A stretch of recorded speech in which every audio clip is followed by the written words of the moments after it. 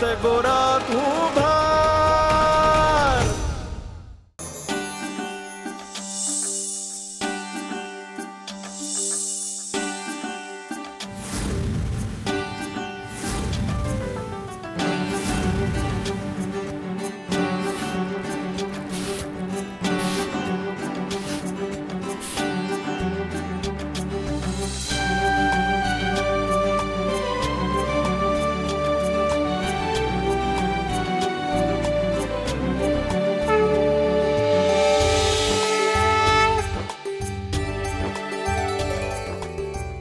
પરમા, બંધ આંખે રસ્તો ખબર પડશે ને? હરી મારી હારે છે પુલકેશી ભાઈ, હું તો ખાલી પગ મૂકીશ, રસ્તો તો ઈ બનાવશે. વાહ, લોકોનું હૃદય શ્વાસથી ધબકે છે અને તારું શ્રદ્ધાથી ધબકે છે. કારણ કે ઈ રહ્યા ને ઈ શ્વાસને હરી માને છે ને હું હરીને શ્વાસ માનું છું. બોલો સૂર્ય સમા બલરામજીનો જય.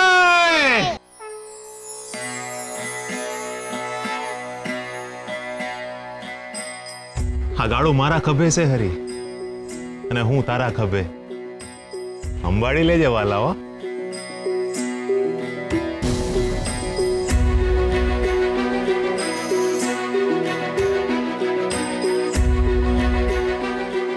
બોલો કૃષ્ણ કનૈયા લાલની જય. हरे कृष्ण। बोलो कृष्ण कन्हैया लालनी, बोलो कृष्ण कन्हैया लालनी જય. बोलो कृष्ण कन्हैया लालनी, જય. बोलो कृष्ण कन्हैया लालनी, बोलो कृष्ण कन्हैया लालनी।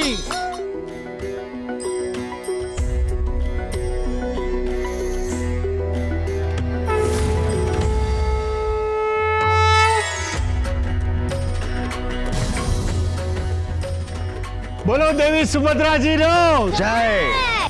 બોલો દેવી સુભદ્રાજીનો બોલો દેવી સુભદ્રાજીનો બોલો દેવી સુભદ્રાજીનો જય. બોલો દેવી સુભદ્રાજીનો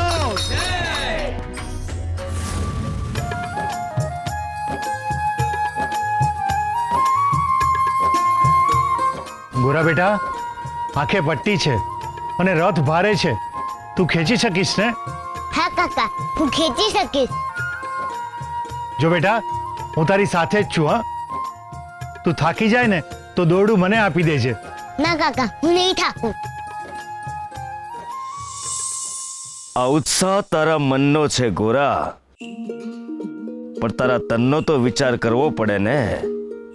એક ડગલું ચાલીને તો જો.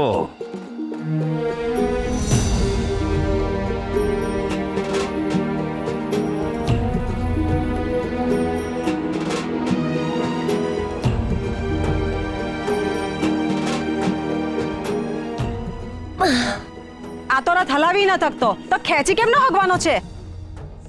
લાવ બેટા, દોરડું મને આપી દે. ના, મારે ભગવાનનો રથ ખેંચવો જ છે.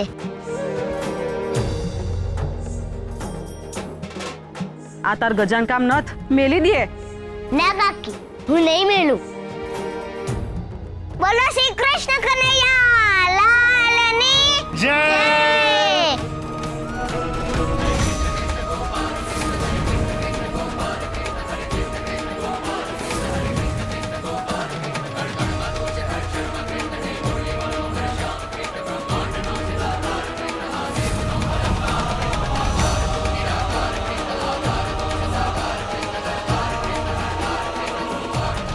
हे कृष्ण तारण हार जेनो ए भक्त गोरा तू भार।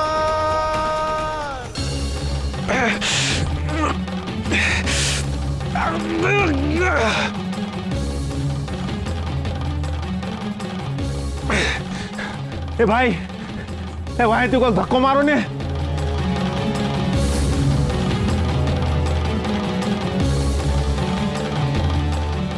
આ કેવું અમંગળ થઈ રહ્યું છે? રાત પડવા આવીને રથ હજુ સુધી અહીંયા જ ફસાઈ રહ્યો છે. જલ્દીથી બહાર કાઢો ને. હાલો બધા, બળ કરો. પરમા, ખેંચ. આ એક રથના કારણે ભગવાન જગન્નાથ અને સુભદ્રાજી બંનેના રથને ઊભા રાખવા પડ્યા છે. હજુ કેટલી વાર લાગશે? ક્યારના પ્રયત્નો કરી જ રહ્યા છીએ પણ રથ નીકળતો જ નથી. ભગવાનને અહીંયાથી આગળ જવાનું મન જ ન હોય એવું લાગે છે. આમને આમ ચાલશે તો રથ મોસાળે પહોંચી પણ નહીં શકે. પૂજારી બાપા, તમે જ પ્રયત્ન કરી જુઓ ને, કદાચ ભગવાન તમારાથી માની જાય. હટો બધા એક બાજુ.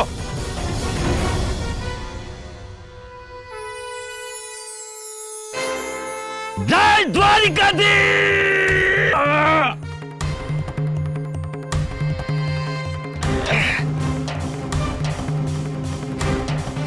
શ્રી હરિ નમો નારાયણાય.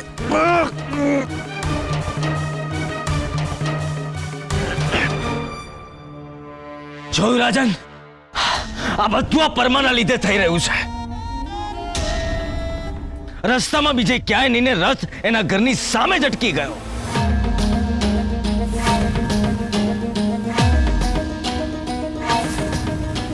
હવે ના તો મોસાળું થઈ શકશે, ના તો આ લોકયાત્રા આગળ વધી શકશે. સાચી વાત, મોસાળું નહીં થાય તો અહીંથી આગળ નહીં જવાય. પણ રથ અહીં હું કામ અટકી ગયો? ક્યાં પરમાને અહીંયા મોસાળું થશે? ઉત્તમ વિચાર.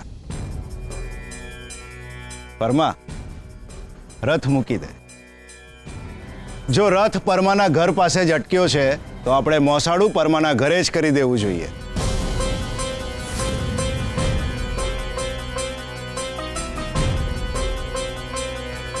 ના મહારાજ ના, મોસાળું તો મારા ઘરે જ થશે અને બધી વ્યવસ્થા પણ થઈ ચૂકી છે. હા, પણ સમય પણ સાચવવો પડશે ને ગિરધરદાસ. અરે પણ મહારાજ, આ મારો અંતિમ નિર્ણય છે ગિરધરદાસ. મેં તમારો ગોરા અને પરમાની આંખ ઉપર પટ્ટી બાંધવાના નિર્ણયનો સ્વીકાર કર્યો છે. હવે તમારે મારા નિર્ણયનો સ્વીકાર કરવો પડશે.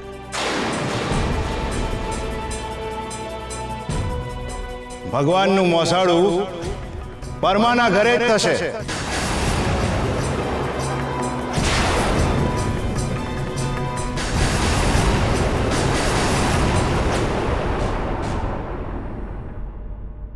મહારાજ, હું તમારો આદેશ માથે ચડાવું છું, પરંતુ પરંપરાના બધા જ નિયમો પણ સચવાવા જોઈએ.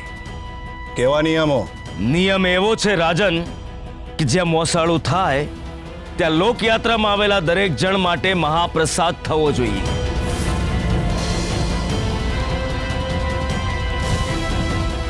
અને બધાને ભોજન મળવું જોઈએ.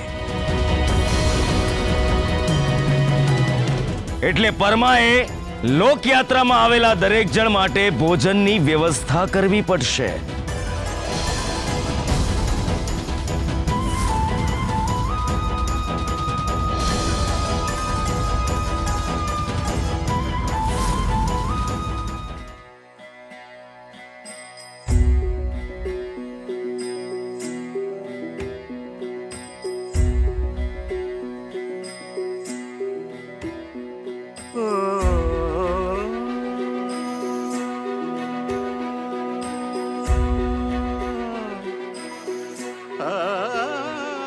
ભગત, હવે હું થાય? આટલા બધા લોકોની જમવાની વ્યવસ્થા ક્યાંથી કરશું આપણે? બાર રાજાજીને હું જવાબ દેવું? માં, મેં તંદુરની કોઠીમાં 3 દાણા જોયા ને દાળની કોઠીમાં 3 દાણા. ગોરા, તું છે ને અટાણે માથું ન ખા. 3 દાણામાં આટલા બધા લોકોની જમવાની વ્યવસ્થા ક્યાંથી થાય? થાય જ ને માં. એક દાણો બલરામજીનો, બીજો દાણો સુભદ્રાજીનો ને ત્રીજો દાણો ભગવાન જગન્નાથજીનો.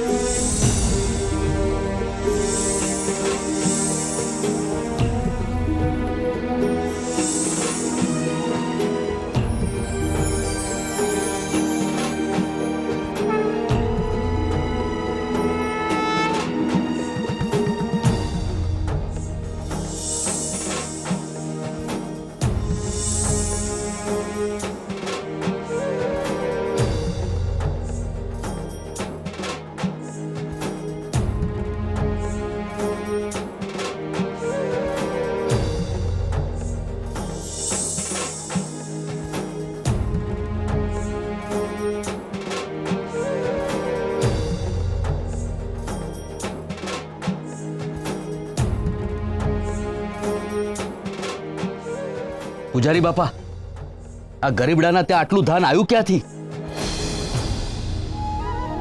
વાહ, ખરેખર કૃષ્ણએ લાજ રાખી લીધી પરમાની. જેમ સુદામાને તાંદુલને બદલે મહેલ આપી દીધો હતો, એમ જ પરમાની શ્રદ્ધાનો બદલો વાળ્યો હરિએ.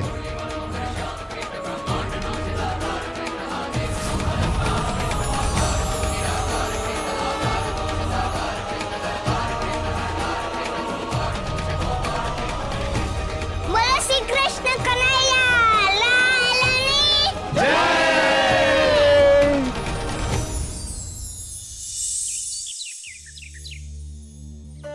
મહારાજ, આપ આજ્ઞા આપો તો ભગવાન જગન્નાથજીની મૂર્તિને રથમાંથી બહાર ઉતારીએ. આજ્ઞા છે.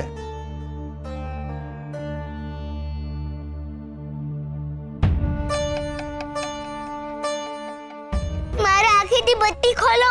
મેં ભગવાન જગન્નાથજીને જોવા છે. મારી આંખેથી બત્તી ખોલો. તને ભગવાન જગન્નાથ જોવા નહીં મળે ગોરા. મેમનો રથ ખેંચ્યો છે. હું કાંઈ એમનું દર્શન ન કરી શકું? તે ભગવાનનો રથ નહીં, પથરા ભરેલો રથ ખેંચ્યો છે. તારા રથમાં ભગવાન નહીં, પથરા છે. તે દિવસે જેમ તે પથ્થર ઉચક્યા હતા ને, એમ તારા રથમાં તું પથરા ખેંચીને લાવ્યો છે.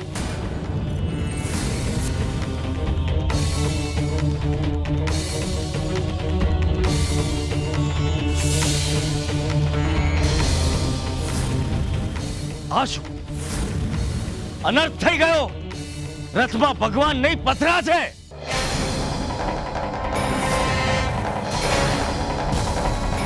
ગોરા, મૂર્તિ ક્યાં છે?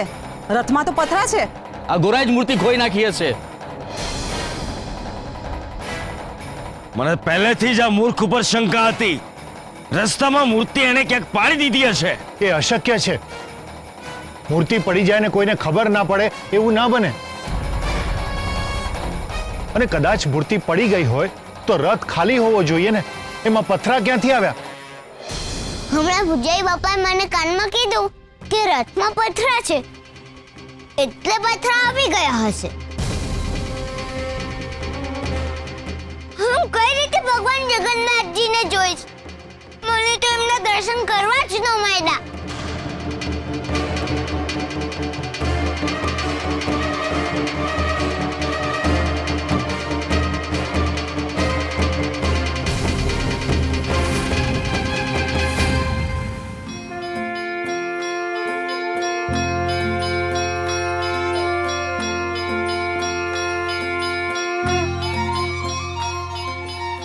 ગોરા, ભાઈબંધ,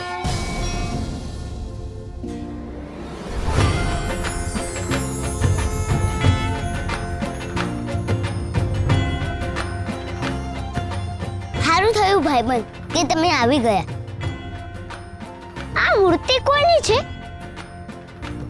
જેને જોવા માટે તારી આંખો તરસી રહી છે ને, એની.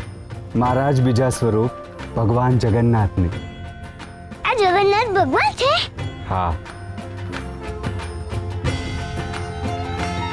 તારી બહુ જ ઈચ્છા હતી ને મારા આ સ્વરૂપના દર્શન કરવાની, એટલે જ હું સામે ચાલીને તને દર્શન આપવા આવ્યો.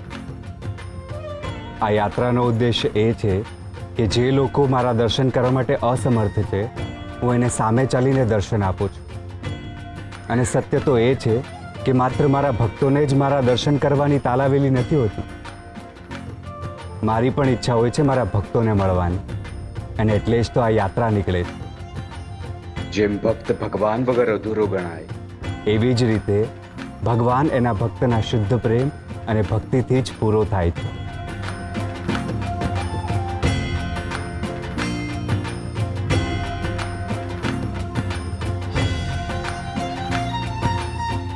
બોલો શ્રી ભગવાન જગન્નાથજીની જય.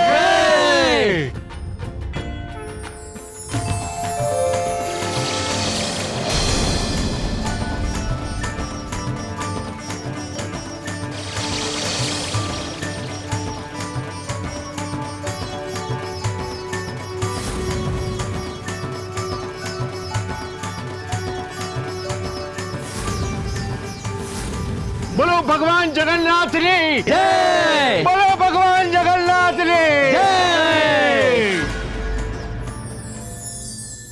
જાંબુ આમ જોઈએ તો એક માત્ર ફળ છે, રંગ કાળો પણ સ્વાદ મીઠો. જાંબુ ખાતા જ જીભ કાળી થઈ જાય, પણ એના સ્વાદથી શબ્દો મીઠા થઈ જાય. અને એટલે જ હરિના પ્રસાદમાં જાંબુનો ઉપયોગ થાય છે. જીવનમાં બાહ્ય દેખાવનું મહત્વ નથી, આંતરિક ગુણોનું મહત્વ છે, એવો સંદેશ જાંબુ આપે છે. જીવનમાં બાહ્ય દેખાવ નાશપ્રાય છે. જેવી રીતે જાંબુ ખાતાની સાથે જ ઉપરનું પડ અદૃશ્ય થઈ જાય છે અને કઠોર ઠળિયો ફેંકી દેવામાં આવે છે, એમ પણ એનો સ્વાદ હંમેશા હૃદયમાં સંગ્રહાઈને રહે છે. એની ખરીદી એના દેખાવના કારણે નહીં, એના સ્વાદ અને એના ગુણને કારણે થાય છે. એવી જ રીતે મનુષ્યની કિંમત પણ એના બાહ્ય દેખાવના કારણે નહીં, એના સ્વભાવને કારણે થાય છે. મને જ્યારે કાળિયા ઠાકર તરીકે પૂજે છે ત્યારે એ લોકો મારા રંગને પણ ભૂલી જાય છે, કારણ કે એમને અનુભવાય છે માત્ર મારો શુદ્ધ પ્રેમ, જે હું સંસારના દરેક જીવને કરું છું. મનુષ્યની સફળતા અને સરળતા એ બંને મનુષ્યના આંતરિક ગુણોથી નક્કી થાય છે.